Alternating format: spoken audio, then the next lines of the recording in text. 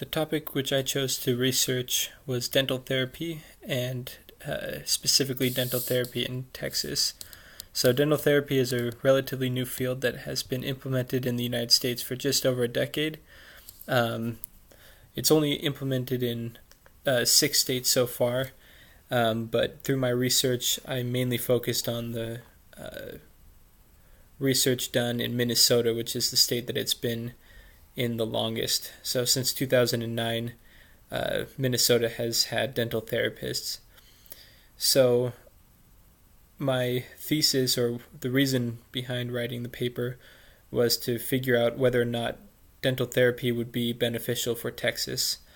And so I kind of compare and contrast the differences between Texas and Minnesota and see whether or not Texas can have a similar effect. Minnesota, since 2009, has implemented dental therapy. So dental therapists, to begin with, are similar to physician's assistants. So that means that they can only be practicing under a licensed dentist, so they can't own their own practice. But it's only a bachelor's degree, so you will need 1 year of schooling, and then after that, you can apply and get accepted into a dental therapy program, which is 3 years long. So obviously, with that being said, it's a lot less expensive and a lot less time consuming than becoming a dentist. On average, according to a few of my sources that I found, it's about anywhere between $100,000 to $400,000 less than becoming a dentist. And so that's drawn a lot more people into this field. With dental therapy and with this new amount of people that can now become dental therapists, it has opened up a lot more patients to be able to be treated because of the lower cost and because of dental therapists being willing to go more places than dentists. So the way that Minnesota opened up dental therapy was they recruited heavily from areas in the state which are highly rural and urban, which have a historical high need for dental assistance there, and which have very few dentists practicing in the area. So one of the areas in Minnesota that I found that was surprising to me was there was a whole county that had less than 5 dentists in it, and the county had over 7,000 people per dentist.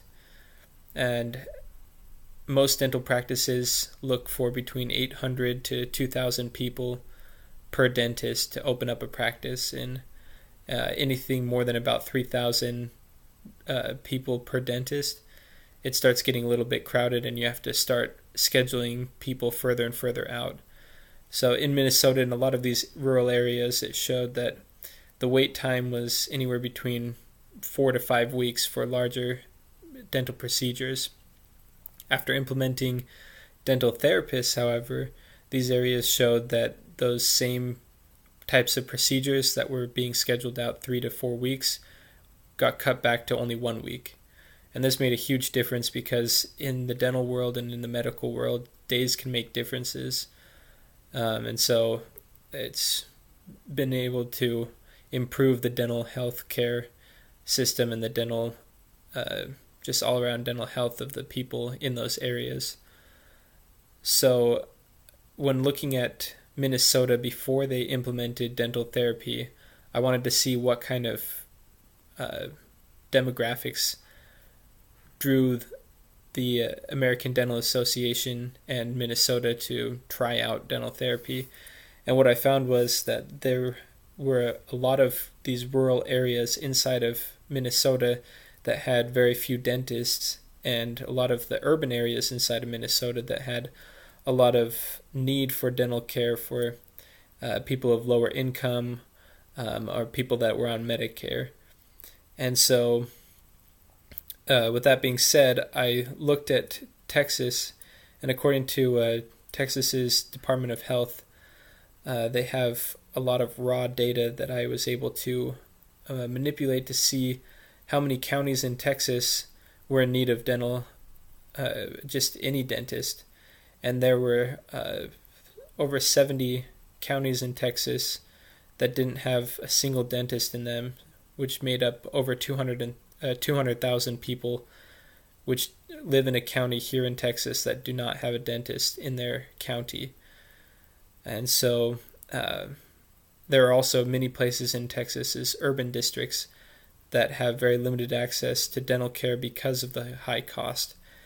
And so by looking at the research that has been done so far in Minnesota, I found that not only have the rural areas been able to get access to dental care more quickly and actually have a dental health provider in their county, but also the urban districts, the people that weren't able to afford dentistry before because of the lower cost of the dental therapists at practices, they were able to lower the cost of the procedures, which opened up a whole new range of patients for those dental practices, especially people that didn't have insurance or that were under Medicaid and Medicare. And so in Texas, I've seen a lot of districts in the urban areas that have more than 7,000 people per dentist that don't have insurance, that don't have access right now to dental care.